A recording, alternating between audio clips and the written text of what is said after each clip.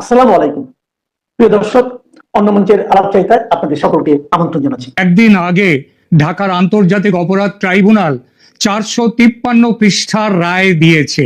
বিশাল বড় রায়। 24 ঘন্টায় এত পৃষ্ঠার রায় পড়ে ওঠা মুশকিল, কিন্তু রায়ের খুঁটিনাটি নজর করলে দেখা যাবে এটি আসলে খুব বড় কিছু নয়। আমরা যারা বাংলাদেশের গত বছরের অভ্যুত্থান নিয়ে জাতিসংঘের মানবাধিকার কমিশনের রিপোর্ট পড়েছি, তারা দেখবেন যে এই রায় তৈরি হয়েছে জাতিসংঘের ওই রিপোর্টকে ভিত্তি করে। এমনকি পাতার পর পাতা সেখানটায় ব্যবহার করা হয়েছে, তুলে দেওয়া হয়েছে এই রায়ের মধ্যে। চিফ প্রসিকিউটর তাজুল ইসলাম তার বক্তব্য পেশ করেছেন এই রিপোর্টের ওপর, এই রিপোর্টকে ওপরে, এবং ট্রাইব্যুনালের বিচারকরা ওই রিপোর্টে যা লেখা আছে তাকে একেবারে ধ্রুব সত্য ধরে নিয়ে বিচার করেছেন, রায় দিয়েছেন। জাতিসংঘের রিপোর্টে শেখ হাসিনাকে ফাঁসি দেওয়ার কথাটা কেবল লেখা ছিল না বা বলা ছিল না, সেটা বলেছেন চিফ প্রসিকিউটর তাজুল ইসলাম। কাজ যা করার, মানে ফাঁসি কাটে ঝোলাতে গিয়ে যা যা দরকার সেটা করেছে জাতিসংঘের মানবাধিকার কমিশনের প্রধান ফলকার তুর্ক। বাকিটা অর্থাৎ মৃত্যুদণ্ডের দাবি তাজুল ইসলামের এবং বাংলাদেশের বর্তমান সরকারের। আর বিচারকদের কাজে অন্ধের মতো কাজ হয়েছে, অন্ধের মতো ওই তাজুল ইসলামের দাবিতে সিলমোহর দিয়ে দেয়া। সুতরাং এত বড় রায় পড়তে সময় লাগার কথা নয়, আমারও লাগেনি, কারণ আগেই বলেছি জাতিসংঘের রিপোর্ট পড়া আমার পড়া ছিল। আর তাই এই রায়ের পিছনে জাতিসংঘের, বিশেষ করে জাতিসংঘের মানবাধিকার কমিশনের প্রধান যে ফলকার তুর্ক, তার নেক্কারজনক ভূমিকা নিয়ে কিছু কথা আজ বলবো।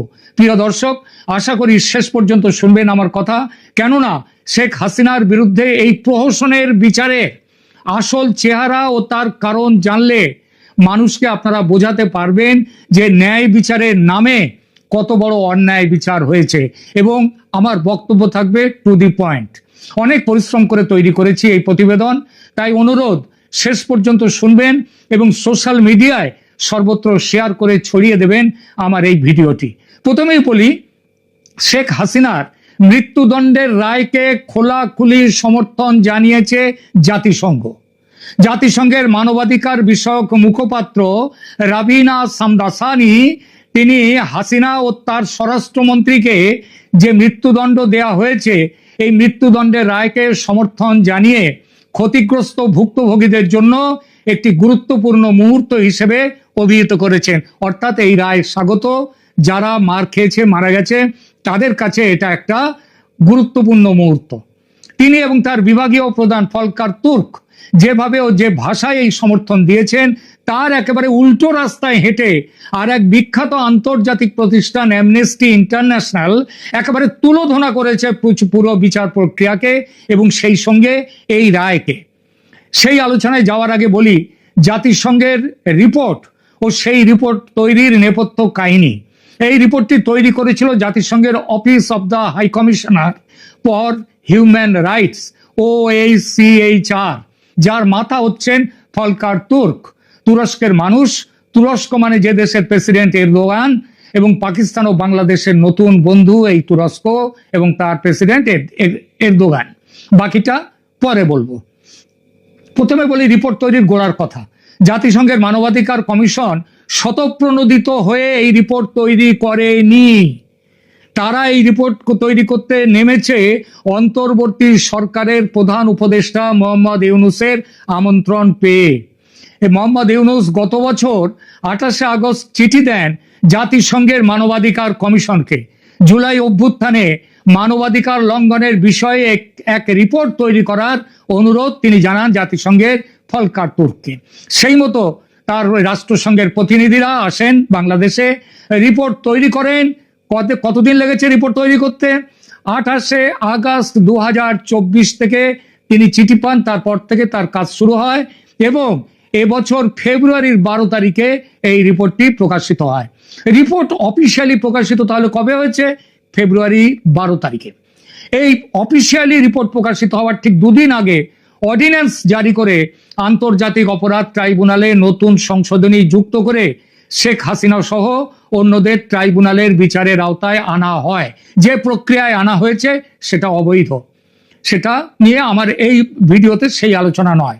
নতুন বিচারপতিদের নিয়োগ দেয়া হয়, অর্থাৎ অপেক্ষা ছিল জাতিসংঘের কাছ থেকে একটা সুবিধা মতো রিপোর্ট জোগাড় করা, আর সেটা জোগাড় হতেই শেখ হাসিনার মৃত্যুদণ্ডের পাকাপাকি ব্যবস্থা শুরু করে ফেলে বাংলাদেশ সরকার।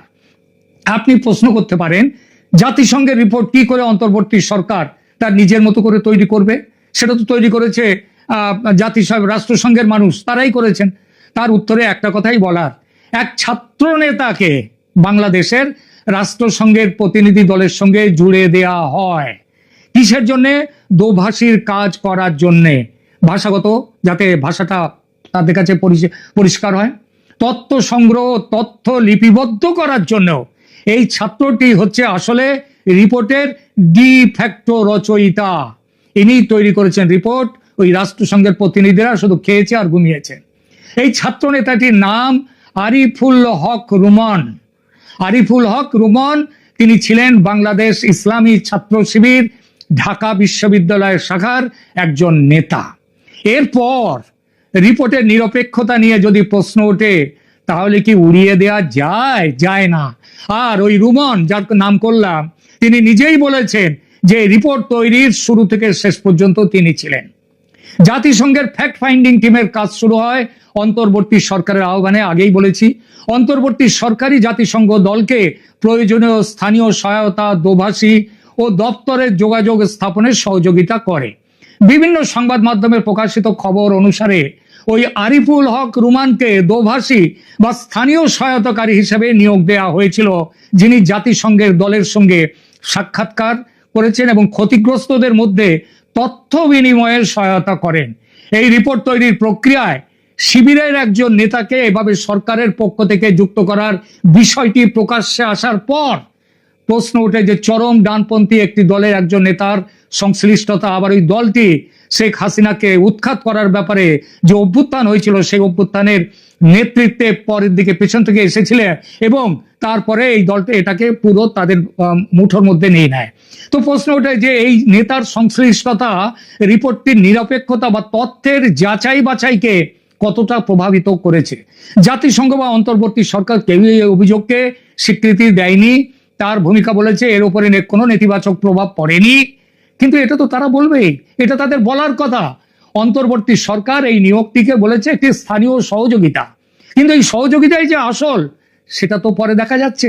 এবার আসুন রিপোর্টের সমালোচনা করবার কোন কোন জায়গা আছে। এক নম্বর, এই কমিশন 15ই আগস্ট পরবর্তী সময়কালের 15ই আগস্ট পর্যন্ত তারা তাদের রিপোর্ট দিয়েছে। তো 15ই আগস্ট পরের যে সময়কাল, তার ঘটনা নিয়ে কোনো অনুসন্ধান করেনি। এমনকি 28শে আগস্ট যেদিন সরকার চিঠি দেয় কমিশনকে, সেদিন পর্যন্ত তারা তাদের করেনি, তদন্ত করেনি। হঠাৎ 15ই আগস্ট কি কেন থেমে গেল?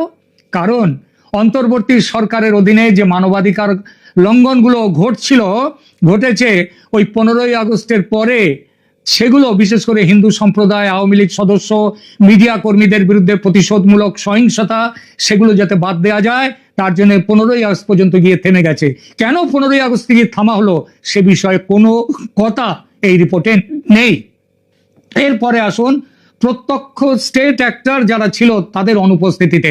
প্রতিবেদনে 250 জনের বেশি সাক্ষ্য নেওয়া হয়েছে বলে দাবি করা হলেও এটি পরিষ্কার করা হয় না যে কিভাবে সাক্ষ্য নেওয়া হয়েছে এবং সাক্ষ্য দানকারী হিসেবে কাদের ডাকা হয়েছে, এবং তার সাথে দোভাষী তাদের যে কথাগুলো, সেই কথাগুলোর ভাষান্তর অর্থাৎ বাংলা থেকে ইংরেজিতে নিয়ে যাওয়া সেটা সঠিক কিনা সেটা দেখার কেউ ছিল না।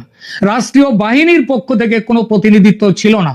সেনাপ্রধান, পুলিশ কমান্ড বা অভিযুক্ত রাজনৈতিক নেতাদের সাক্ষ্য নেওয়া হয়নি। এই অনুপস্থিতি অত্যন্ত গুরুত্বপূর্ণ, কারণ এটি যে অনুসন্ধানের পদ্ধতিকে প্রশ্নযুক্ত করে।